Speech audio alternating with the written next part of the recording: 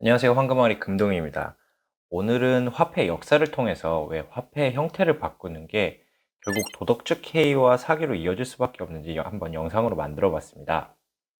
화폐, 돈이라는 개념이 없을 때는 물물 교환을 했었죠. 그러다 이 물물 교환도 생산에 시차가 발생하는 제품이 있었기 때문에 외상이라는 개념이 생겨났어요. 예를 들면 수박은 여름에 나고 쌀은 가을에 수확하는 것처럼요. 이때 기초적인 외상 장부와 회계라는 개념이 같이 생겨난 거죠. 그러다 지도자, 즉 이제 계급과 세금이 생겨나면서 거래가 좀 더 복잡해진 거죠.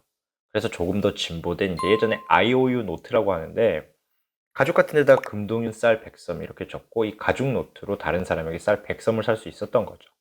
이것도 이제 무역이 확대되고 베리피케이션, 진위성을 파악하기 어려워서 상업거래의 매개체, 즉 화폐로 쓰기에는 좀 불편했어요. 그래서 개발된 초기 화폐는 이제 사슴뿔, 고래이빨 같이 이제 각 지역에 너무 흔하지도 않으면서 적당한 크기에 서로 인정한 물건들이었어요. 자, 이 화폐의 시작이 중요한 게 이때부터 이제 화폐의 구매력을 저장할 수 있다. 즉 이제 금융자산이라는 개념하고 또 동시에 화폐는 물건과 바꿀 수 있는 담보잖아요. 바로 화폐를 기반으로 한 뎃, 빚이라는 개념이 함께 생겨난 거죠. 근데 A 마을에서는 사슴뿔이 돈이고 B 마을에서는 조개 껍데기가 돈이고 각 매개체마다 무기나 형태, 희소성이 다른 거예요. 게다가 화폐끼리의 교환도 성립되기가 쉽지 않았던 거죠. 그래서 그 다음 개발된 화폐 형태가 바로 금속 화폐예요.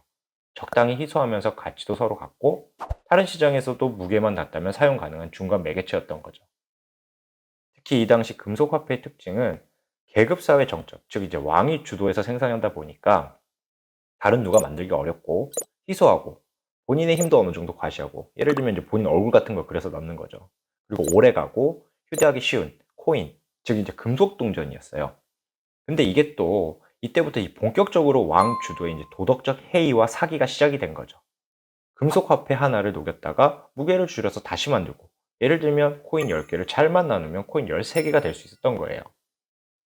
또 중장거리 무역이 확대되면서 물리적인 어려움도 함께 생겨나기 시작한 거죠. 그래서 이제 서기 800년경에 중국에서 왕이 장거리 무역을 할 때 동전이 있다는 확인증, 서티피켓을 발행해 줬는데 이게 바로 지금 우리가 쓰고 있는 사각형 종이 화폐의 시작이라고 보고 있는 거예요. 금고에 돈을 보관한 권력자의 도덕적 해이가 더 가속화된 시점이기도 했죠. 종이에 얼마든지 동전이 있다고 도장을 찍어서 만들어낼 수 있는 거잖아요.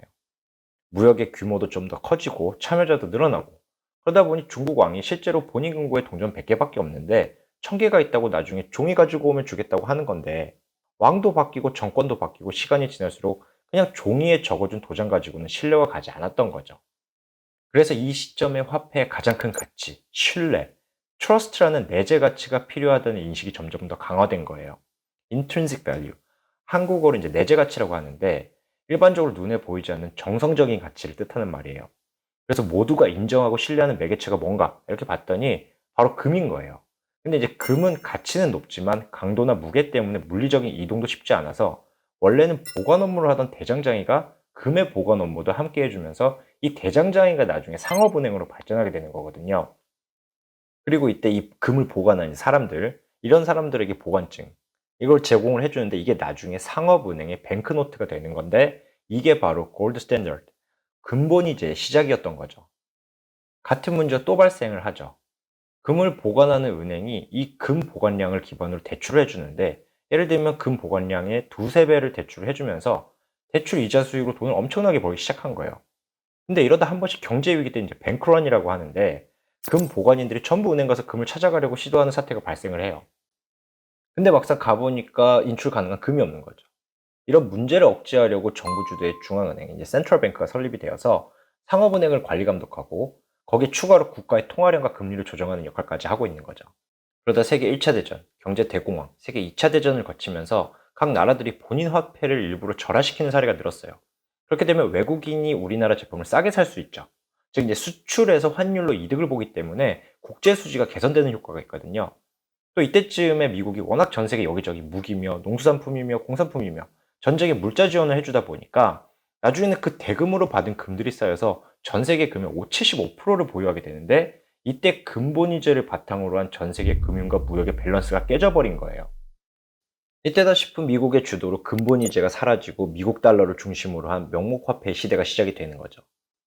1944년 미국 뉴햄프셔주 브레튼 우즈에서 미국과 그의 친구들 영국, 프랑스, 호주, 캐나다 이런 44개국이 모여서 금 1온스를 35달러에 고정을 시키고 나머지 국가들의 화폐는 미국 달러에 고정시키는 이제 브레튼 우즈 협약을 맺어요. 약간 근본위제와 명목화폐의 하이브리드인데 이때 미국 달러가 기축통화가 되면서 전 세계 무역과 금융을 미국으로 중앙화시키고 군사력, 산업, 금융, 무역과 언어까지 모든 주도권을 가져오는 넘사벽의 세계 최대 강국이 되는 순간이었죠. 우리가 잘 아는 국제통화기금 IMF하고 세계은행 월드뱅크도 사실 이 협약을 통해 설립이 된 거예요. 한 20년짜리 있다가 또 미국이 경제위기가 와요. 1971년에 미국이 이제 스태그플레이션, 높은 물가 상승, 높은 실업률, 그리고 이제 저성장을 합쳐서 스태그플레이션이라 그러거든요. 이 스태그플레이션을 겪던 미국이 보니까 내수 경기는 엉망인데 또 달러는 엄청 강세라 국제 수지가 계속 안 좋은 거예요. 돈을 더 찍어내고 싶어도 브레튼 우즈 협약으로 달러가 금에 고정되어 있잖아요. 이것도 중간중간 35불에서 38불로 또 42불로 슬쩍슬쩍 올렸는데 효과가 별로 없었던 거죠. 근데 미국이 생각해 보니까 본인들이 금에 묶여 있을 필요가 전혀 없는 거죠. 그래서 1973년 닉슨 대통령이 이 족쇄를 풀어버리고 브레튼 우즈 협약을 파기하면서 근본위제가 완전히 사라지게 돼요. 그리고 그 다음에 1976년 자메이카에 모여서 이제 커런시 페그도 없애고 결국 이제 환율을 시장에 맡기는 지금의 변동 환율 제도가 자리 잡기 시작한 거죠.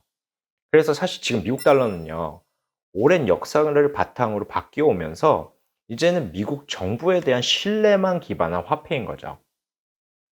그러다 2000년에서 2020년까지 이제 경제 위기가 올 때마다 달러 발행을 통한 경기 안정화를 해왔죠.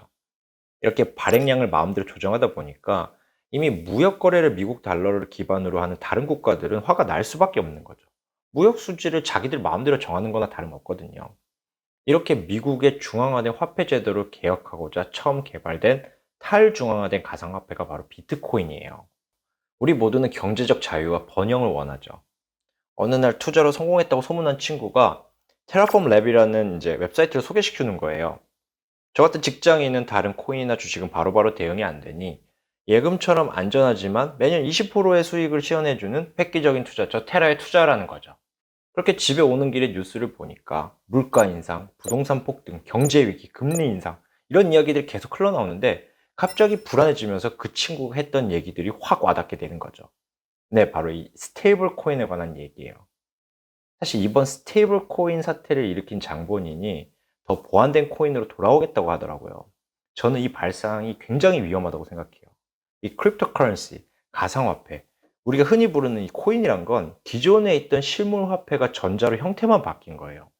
형태를 바꾸는 기술이 진보된 거지 내재 가치를 올리는 기술이 아니라는 얘기예요. 그리고 역사가 보여주듯 화폐는 중앙화에서 탈중앙화로, 거꾸로 탈중앙화에서 중앙화로, 금속에서 종이로, 종이에서 전자로 형태와 성격만 바뀐 것이지 그 안에 내재된 도덕적 해이와 사기의 위험은 오히려 이렇게 형태가 바뀌는 시점에 더 크게 나타나요.